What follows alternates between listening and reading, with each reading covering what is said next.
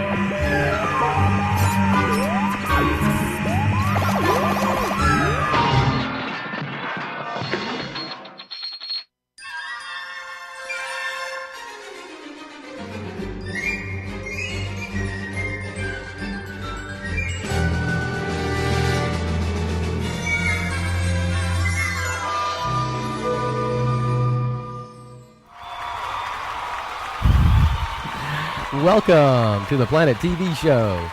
I'm Lucian, and we're on the net. It was funny, wasn't it? It's a simple thing sometimes. Ah, yes. Well, let's see. Today, August 29th, 2008. Keep it down. Let's see. Spin for the day. What shall it be? Let's look. Clockwise, because the man is in control. That's right. And do me a favor, go to iTunes and leave me a nice review, and subscribe through iTunes. I'm getting a lot of attention through iTunes. I like it, but I need your help to keep it up. Okay? Thanks. Real quickly, what else happened today? Oh, big birthday today. It's this guy's birthday. He's 72. That's old. Who am I to be talking, right? Well, let's see. Speaking of old and things that are old like me, hey, in 1965, this was cool technology stuff. Gemini 5 returns to Earth. 2 American astronauts, Charles Conrad, who was 35 at the time, and Gordon Cooper, 38, spent just short of 8 days in orbit in their Gemini 5 space capsule. That was actually 3 days longer than any previous missions to space. They held the record there for a little bit. And let's see, what else happened today? Oh, this was big, too, technology news. In 1949, the Soviet Union exploded the RDS-1 nuclear weapon. It was their first. You're looking at it right here. It was called the Joe-1, mostly as a reference to Joseph Stalin, I guess. It was exploded, as I said, on this day in 1949. Its yield was 22 kilotons of TNT force. It was similar to the U.S.'s Gadget and the Fat Man bombs that we dropped on Japan. Now, the RDS-1 bomb was the one that was designed to look like the Fat Man, and it is the one that Julius and Ethel Rosenberg, with Klaus Fuchs and Donald McLean, were accused of spying for the Soviet Union to obtain the technology needed to explode it. The explosion that you're looking at is not actually the explosion of the RDS Joe-1. That's just a cool explosion. But this is the actual explosion of the RDS-1. Still a big explosion, 22 kilotons. Very big, huh? Let's see. And this day, very important, August 29th, 2007, 1 year ago today, the United States Air Force has a nuclear weapons incident. It takes place at Minot Air Force Base and at Barksdale Air Force Base. And what happened was 6 AGM-129 advanced cruise missiles, each loaded with a W-81 variable yield nuclear warhead, were mistakenly loaded on a U.S. Air Force B-52 bomber, which you're looking at here. And this is in fact how they are loaded. 3 are loaded per side on the pods, as you're looking at right there. And this is what the AGM-129 advanced cruise missile looks like. Now, this was officially referred to, it was referred to when it occurred as a bent spear incident, which means that it does not involve the immediate threat of a nuclear war, which would be called a nuke flash incident, or the accidental detonation or severe damage to a nuclear weapon, which is called a broken arrow. And of course, since the weapon was never technically lost, it's not an empty quiver incident. So they called it a bent spear incident, which means that it was serious, but not terribly serious. But as a result of this, in June of this last year, 2008, Secretary of the Air Force Michael Wynn and Chief of Staff Air Force Michael T. Mosley resigned. A bent spear incident. It was later described as the worst lacks in U.S. nuclear security in many decades. 1 year ago today. Now, speaking of the Gemini 5 splashdown, I'll have an article or a link to an article in the Space Review by a man named James C. McLean. Now, he's come up with an interesting idea for a new way of landing spacecraft. He calls it the pit stop.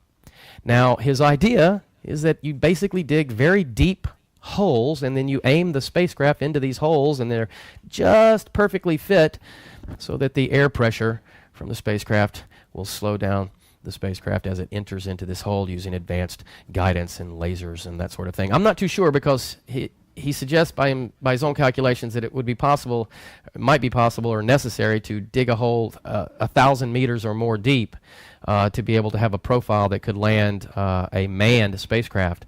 And I'm not sure what the technical limitations are on digging a hole that would be that deep and then making it as cleanly walled as would be necessary in order to allow for an object to go down it like a gun barrel. Not sure. I'll let you read about it, though. That's very interesting, right? Pit stop. Speaking of interesting ideas, this is cool. Researchers at the Worcester Polytechnic Institute have been figuring out a way to make asphalt hotter. Now, you might be asking yourself, why in the world would they want to make asphalt hotter? It gets pretty doggone hot as it is. And you're right. But that's what gave them the idea. They're laying highly conductive copper piping in roadways and using that to pump water through to extract the heat from the roadway to make electricity. Great idea. Not necessarily a new idea. It's been done before. But what they did that was new was they tried to figure out how to make the concrete or asphalt hotter. They painted an anti-reflective coating to the test blocks, and then they added highly thermally conductive quartzite to the mix. Turns out that at about 2 inches below the surface, the concrete gets very, very hot, and now it gets hotter thanks to them, and they can use that to extract electricity. Great idea. Roads are everywhere, and it wouldn't take a lot of retrofitting to make that into something that could extract electricity. And the good road stays hot many hours after the sun goes down. Of course, I'm not too sure about how a hotter roadway is going to interact with tires. This is an interesting story. Researchers at the USC College of Chemistry have discovered the correct or a better understanding of the method that catalysts and enzymes operate. Now, historically, we've described the catalyst enzyme model as a lock and key, and they have discovered that it is technically not so much a lock and key as it would be a magnet, because many keys are capable of opening the same lock. Now, this is very exciting news, because the more we understand about catalysts and specifically enzymes, the more likely we'll be able to develop certain enzymes, and that, of course, is considered the holy grail of enzyme research. If we could custom develop enzyme research or enzymes, we'd be able to use them in drug production, environmental chemistry, bioremediation, and those sorts of things. So now we're a bit closer to understanding how catalysts operate. And this is an interesting story. A researcher Takeo Someo of the School of Engineering of University of Tokyo has developed an e-skin that he will use to wrap robots in. It supposedly will give the robot the ability to feel pressure just like human skin. Now the material has an integrated carbon nanotube, and then it has an ionic liquid that is added to it that makes it very flexible like skin, but it will conduct electricity 570 times better.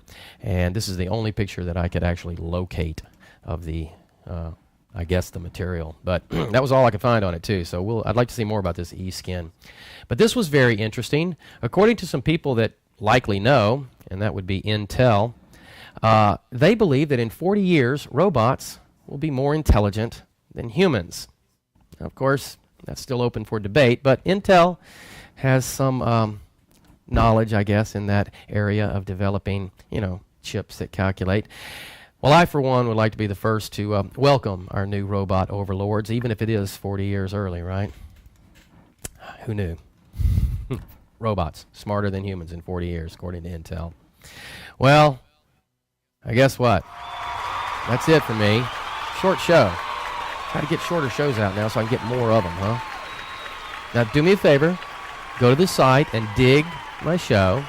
Go to iTunes, leave me a nice comment. You can also leave a comment on the site, too. I try to answer them now on the little graffiti wall as much as I can. See you next time. Some of the monkeys think they've got it all figured out. Some of the monkeys read Nietzsche. The monkeys argue about Nietzsche without ever giving any consideration to the fact that Nietzsche was just another monkey. The monkeys make plans. The monkeys fall in love. The monkeys have sex, and then they make more monkeys. The monkeys make music, and then the monkeys dance. Dance, monkeys, dance. Hello, I'm a Mac. And I'm a PC. Mac, my users are leaving me, and it's got me feeling down. But I've turned my pain into a tune, and I call it the Vista Blues. I would love to hear that sometime. Unfortunately, I have to... So many users leaving me, and they ain't coming back. Vista's got issues, it's so glitchy. They're leaving me for Mac. That's great, actually. Problems, too darn many. Patches, not enough. Expensive upgrades, well, I need plenty just to get me up to snuff. Awesome. People hate it when I crash and freeze. Vista's got me out of sorts. I'm often sick to some degree and on hold with tech support. After a year of fixes, well, I'm still blue. The problems, they repeat. Now there's only one thing left to do. Control, Alt, Delete. Nice touch. Is that your dog? No. This is The Big Picture, an official television report of the United States Army, produced for the armed forces and the American people.